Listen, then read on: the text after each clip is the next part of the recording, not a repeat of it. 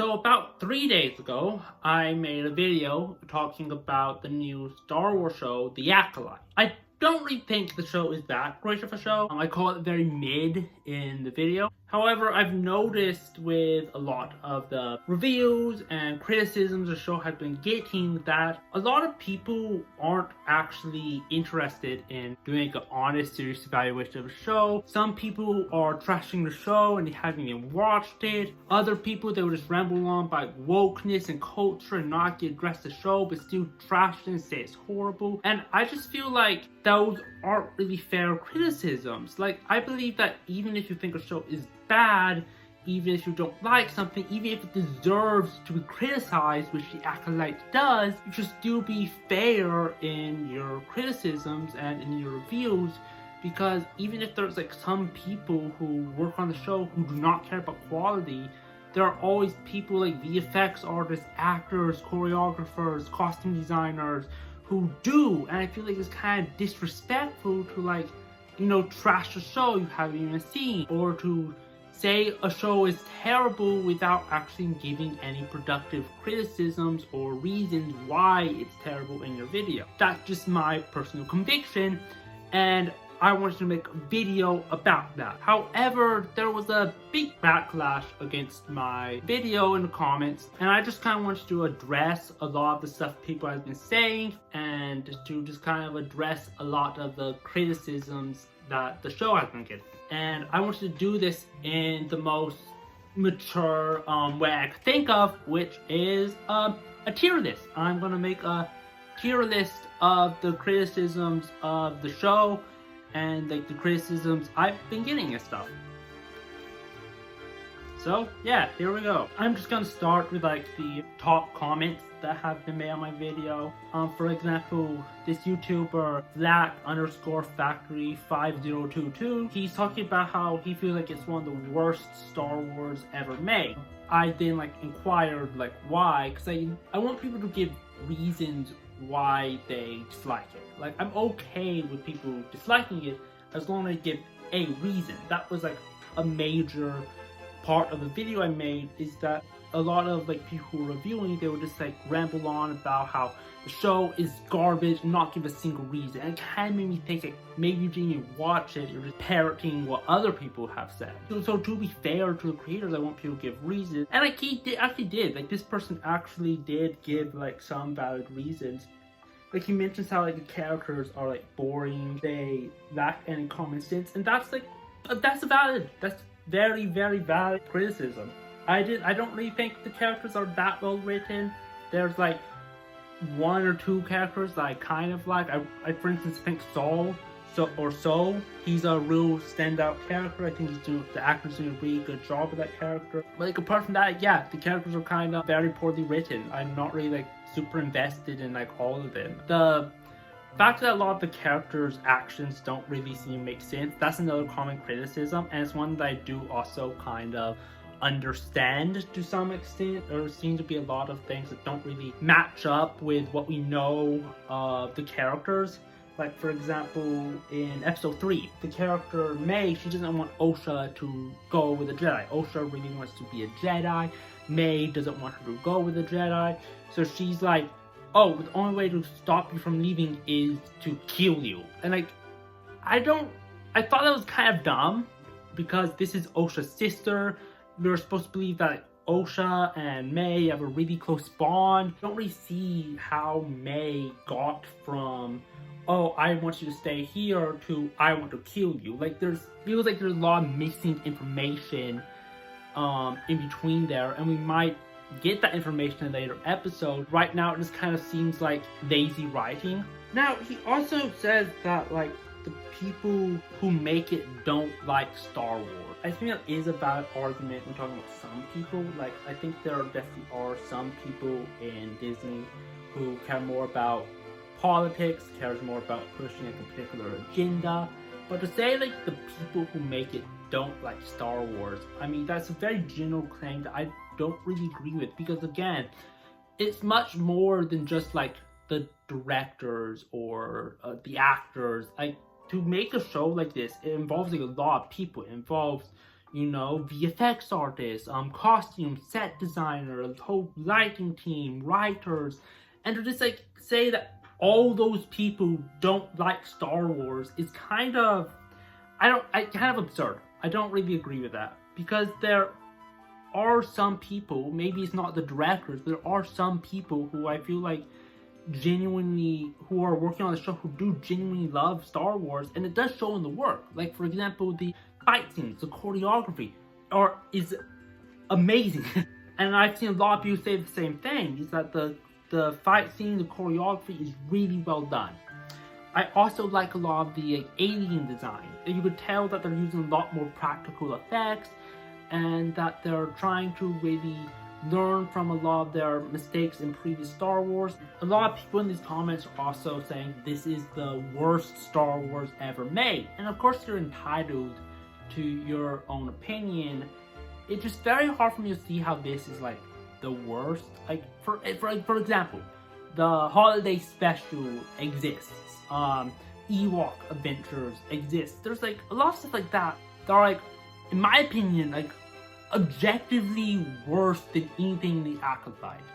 Because, like, for instance, holiday special, you have Chewbacca's dad who watches space porn in the living room. Well, he's gonna give this virtual reality thing to Chewbacca's dad, and let me tell you, it's of a sensitive nature. What are you talking about? Well, Chewbacca's dad starts watching it, and there's a seductive lady on there. Uh-oh. She's gonna look at him all suggestive and stuff and be like, I am your fantasy. Over and over again, and he's just freaking out in his chair. He's loving it so much. Oh, I'm extremely uncomfortable. And she's like, I'm your pleasure, and she starts to sing. For me personally, I can't see how you could watch like the holiday special and watch the Acolyte and be like, oh wow, the Acolyte is way worse than that. Like, seriously? Like, this is why I think that a lot of the criticisms are very exaggerated, they're very over the top, a lot of hyperbole is used that maybe is unwarranted. So the bad writing, I feel like that's the most valid criticism that I've seen so far about the Acolyte. So, I mean, I'm giving that argument like an S tier, just right off the bat. Stuff like characters' actions not making sense, I'll give that maybe like an A tier criticism, because it does seem like a lot of characters' actions don't make sense, like as I explained with like May's actions in episode 3, but at the same time, I don't feel like it's so bad that like it completely destroys the entire show. There are some characters who I think are better done than others.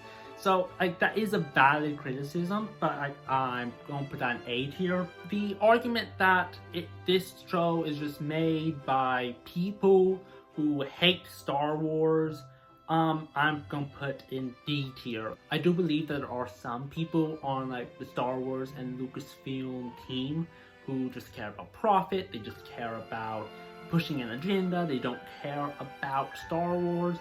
But at the same time, you can't say that about all people. I think there are some people who do genuinely care and are trying their best to make Star Wars what it should be.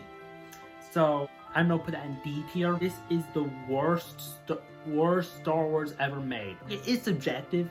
Like, there isn't like a right answer to like, is the Acolyte the worst Star Wars ever made? There isn't a wrong answer. Just personally, I find it really hard to like take seriously. I mean, like, the holiday special exists. I am your fantasy. I am your experience. I am so experience me. Oh, we are excited, aren't we? I'm gonna put that in C tier. It looks like Shark Zero ALTV.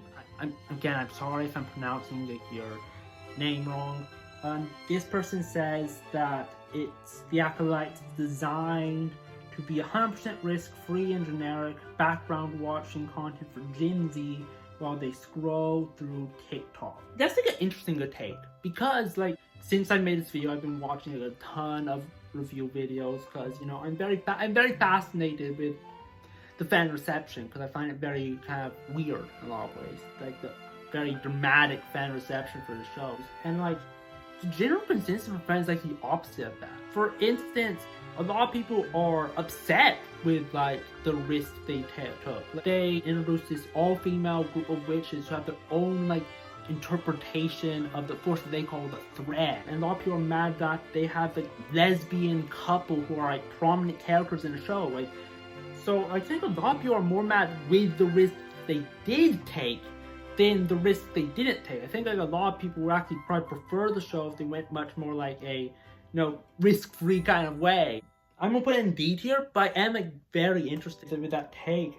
Then we have the comment by Sierra Plays that says that showrunners have repeatedly told you it's all about their queerness. What else is there to talk about? Okay, so first of all, like, I have a lot of like queer friends. I'm very supportive of like queer identities and stuff. So like, I don't take as big of an offense to the fact that the showrunners are including queer characters in this show as much as some people do. However, this is an argument that I see a lot, that I'm very kind of baffled by in a lot of ways. People are like, this is the gayest Star Wars ever. Ben Shapiro said that this show was trying to indoctrinate children into the cult of Pride Month. And like, it is true that some TV shows, they care so much about pushing a particular agenda or a particular message about like inclusion that the writing and story suffers as a result. That's true. I've seen it happen a lot.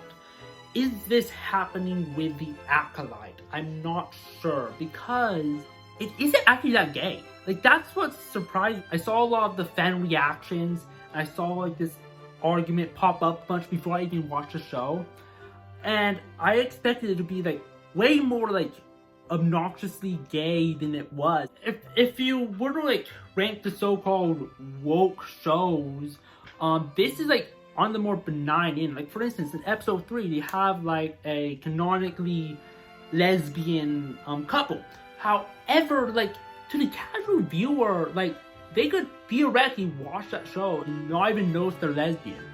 Like, here's the thing you have to know about Disney, is that like, they want all this stuff like to be aired in China. Like, if it isn't, they lose a ton of money. Like, they want this stuff to be able to be shown in countries such as China that have stricter laws regarding people who identify as LGBTQ. Shows like this that they feel is really important to be shown in like places like China, they always make their inclusion of like queer characters very easy to edit out for like Chinese audiences, and like that's very apparent in this show.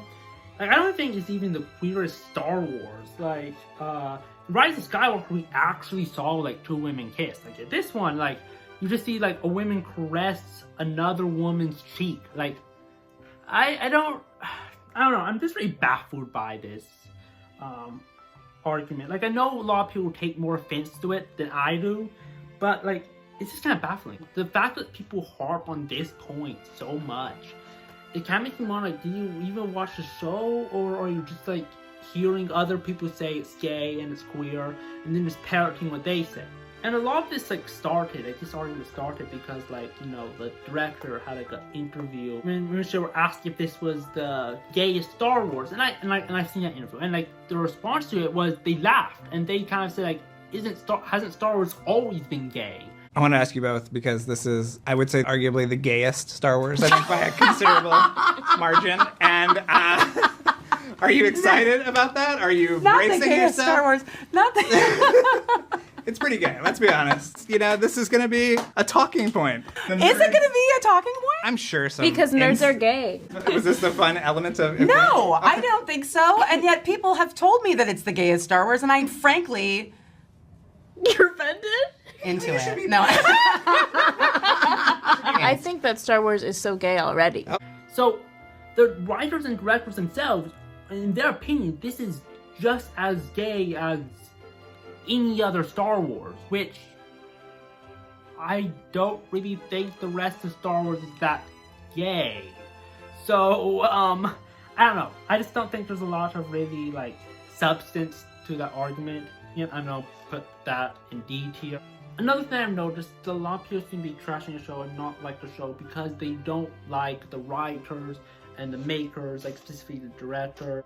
Here's the thing, I don't really think that's a valid criticism because, like, I don't think you should hate something solely because you don't like the person who made it. I believe you should evaluate all shows based on their own merits. I believe bad people can still make quality content sometimes. Good example of that is J.K. Rowling. So I think you should just judge the show based on its own merits, not just because you think the writers or directors are obnoxious or too opinionated or whatever. I think the criticism of a show should be focused on the show. Focus on what the show is actually about, aka plot, story, character, etc. Like, you know, so that's my personal opinion. So I'm honestly gonna put that argument, which I'm gonna label as the directors are bad people argument, I'm gonna put that in like F tier. Then we have Tony Montana DS, who said, "Did your parents drop you as a kid? You can't be serious. Are you okay?" That isn't even like an argument. That is just insulting someone because you don't like their opinions, so I don't think I should even label that as an argument. So I'm just gonna put that comment in general in like F tier.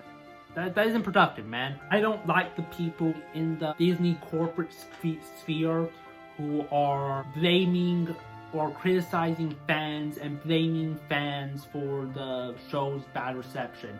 I do not like those people. I don't think that's right. And the same, but it goes both ways. I don't think the fans should be attacking people who do like the show. I mean, it's a show, for crying out loud. Let people like what they like, let people dislike what they dislike. However, to be fair, I did kind of inquire what this guy specifically did not like about the show.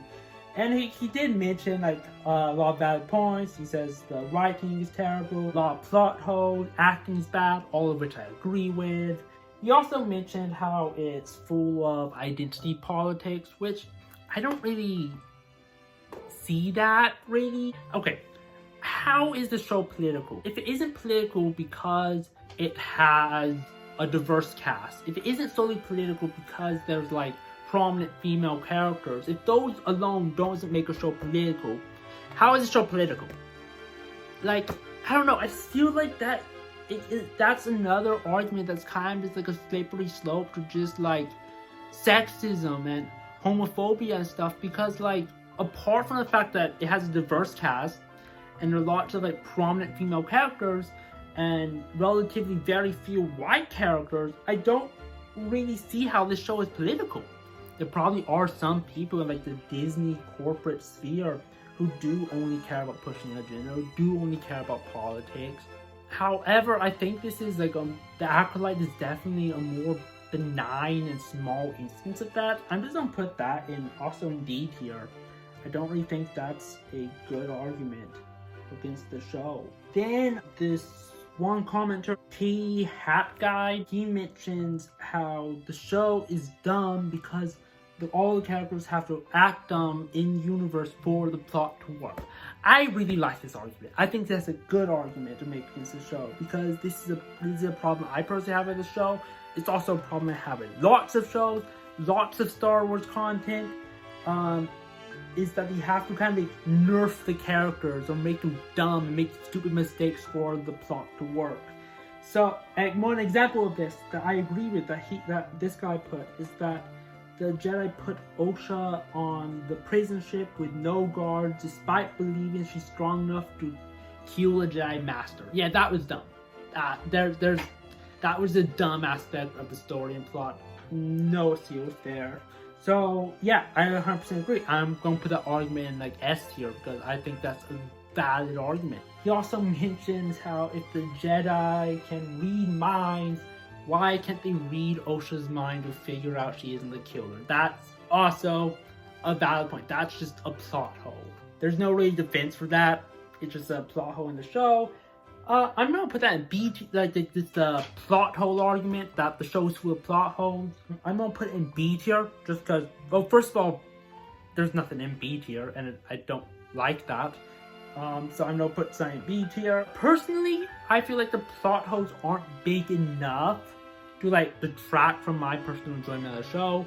But again, that's just me. I know it probably is for some people, and yeah, that's a valid argument. I think it's when you have a show that has a lot of plot holes like that, it definitely is a sign that of lazy writing.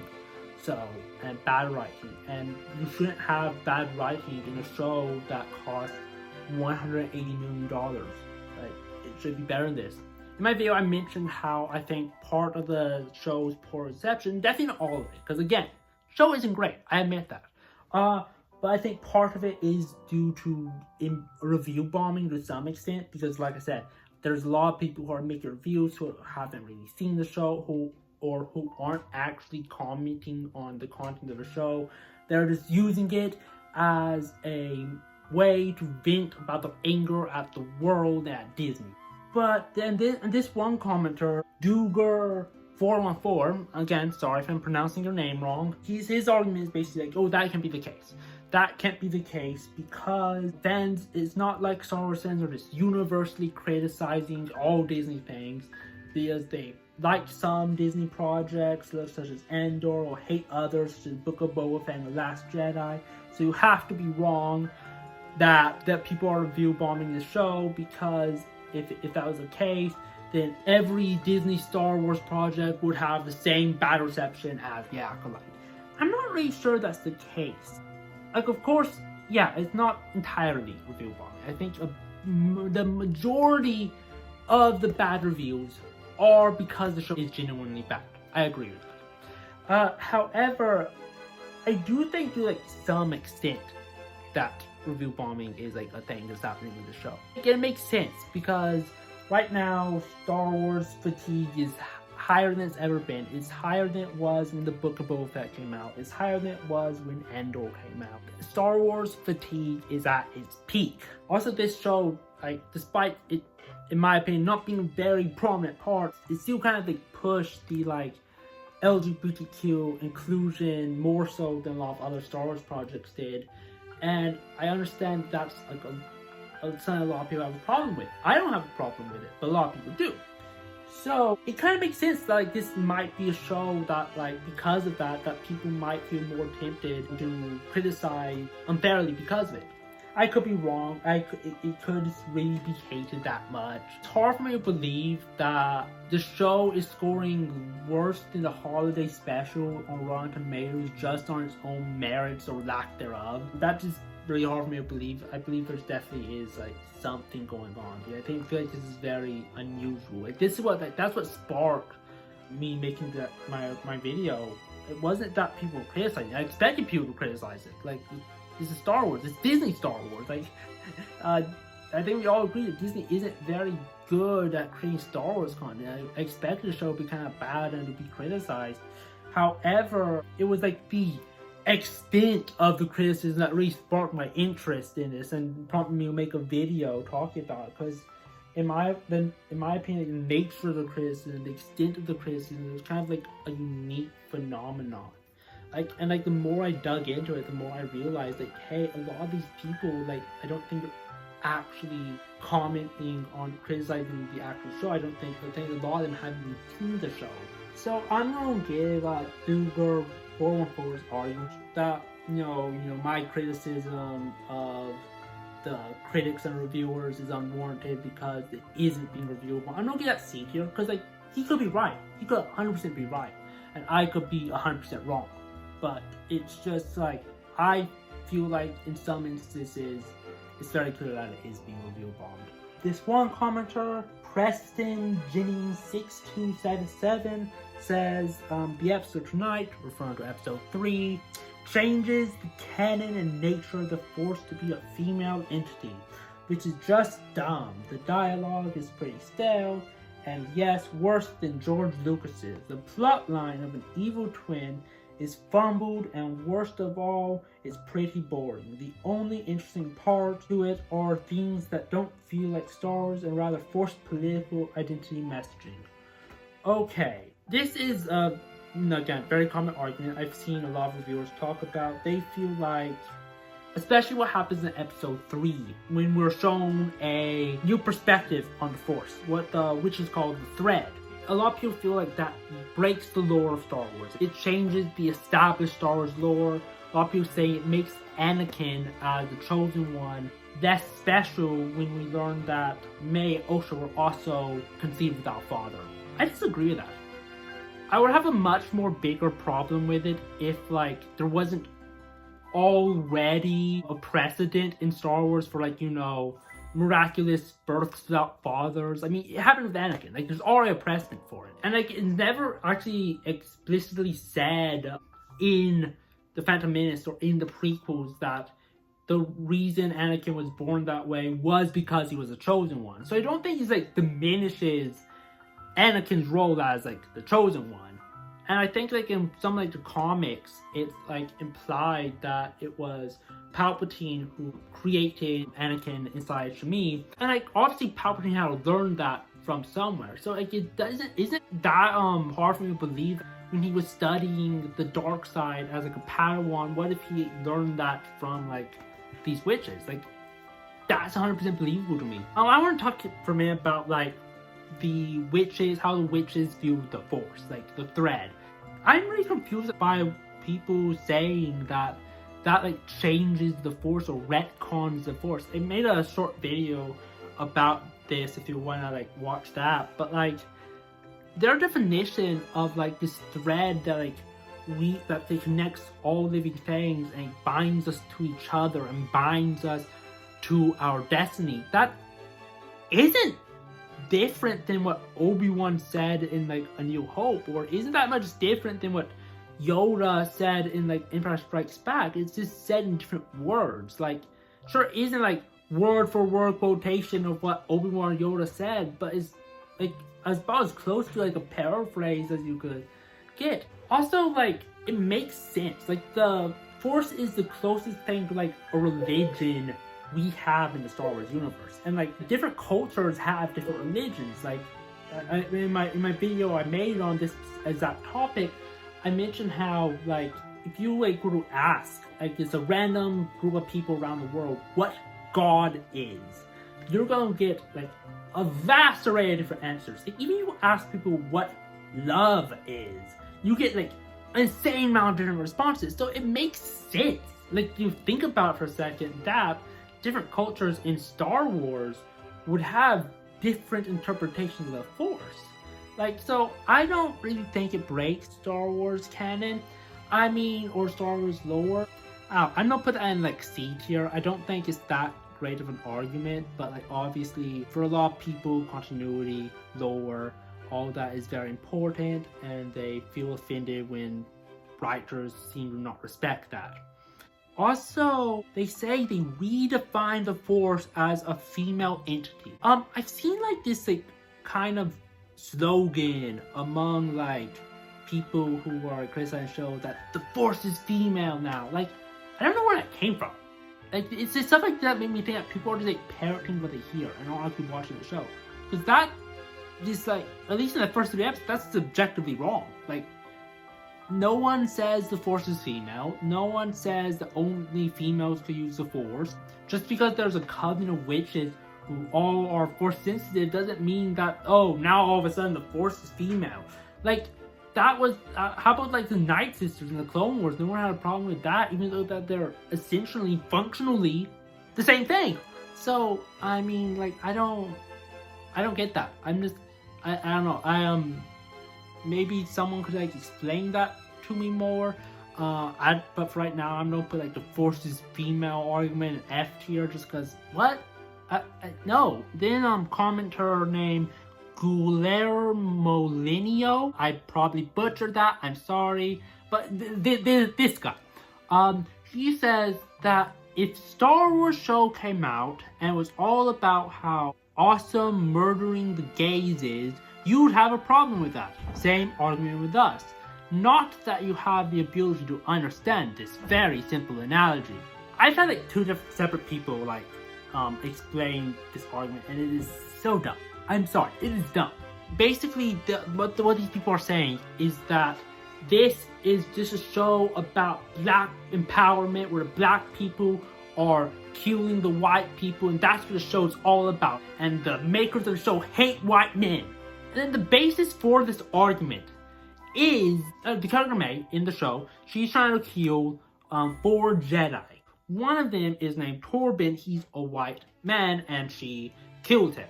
And that's it. Like, that's the only white male character that dies in the show. And somehow, some fans are like, latching onto that and be like, this show is all about killing white men.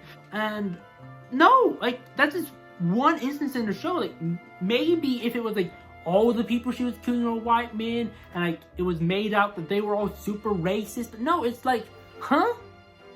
What? No, that is kind of just wrong, incorrect. I don't.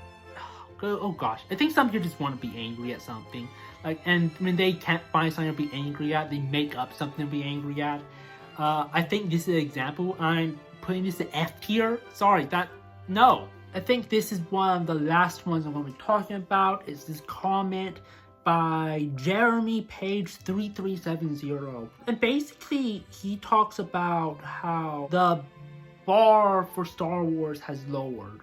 The bar has lowered to good, not great. And I do feel like that's the case. It doesn't feel like there's any more like great Star Wars content.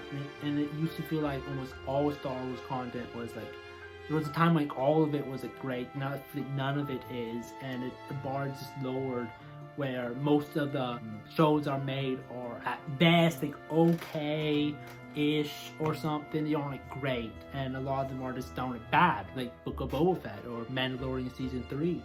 So I do sympathize with what this person is saying, that like the bar has lowered in Star Wars, and it's very sad. So yeah, I'm gonna put that in like A tier as like an argument, because that is very valid, and I think we should criticize Disney for that. Like, there's like so many valid things to criticize Disney for. Like, I don't want people to like watch my video and think that I'm like saying, oh, you should stop criticizing Disney. You should just focus on like the show. Just focus on criticizing the show and nothing else. You can't criticize the people who make it. Like, you should. Absolutely. But in like the context of a review video, like you're reviewing the show, I don't think that's the places you rant about your frustrations with Disney corporate. But yeah, there are serious problems with Disney. I don't like Disney. I hate it. And this is a very good example of that. Why? There's another really good argument, I feel like, for why it is important to criticize Disney in the proper context. It comes from like commenter Princess Fiona, and he mentions how when a show is bad, it does hurt the VFX artists. It hurts the employees and the people who work on a movie, and people who genuinely care and pour their time and energy, and who aren't being paid enough for their work. Like, those are the people that suffer the most when the show is bad, and when it doesn't meet audience expectations and stuff. And yeah, that is the maker's fault. That isn't the fans' fault. The makers need to make better content, period. And I think that's another really valid argument for why it's important to criticize Disney. I also disagree with some things that this person says, because this person also makes a comment that says, even if the show were excellent and could not be further from that, the press tour alone is not a good enough reason to hate the show. No, I don't think you should. Like, a show could have bad marketing and still be a good show. It still could have like some merit to it. I don't personally think the show is that great, but like, I don't think you should just hate it just because you hate the press tour. Period. The argument alone putting an F tier. And lastly, we have Carl, that son of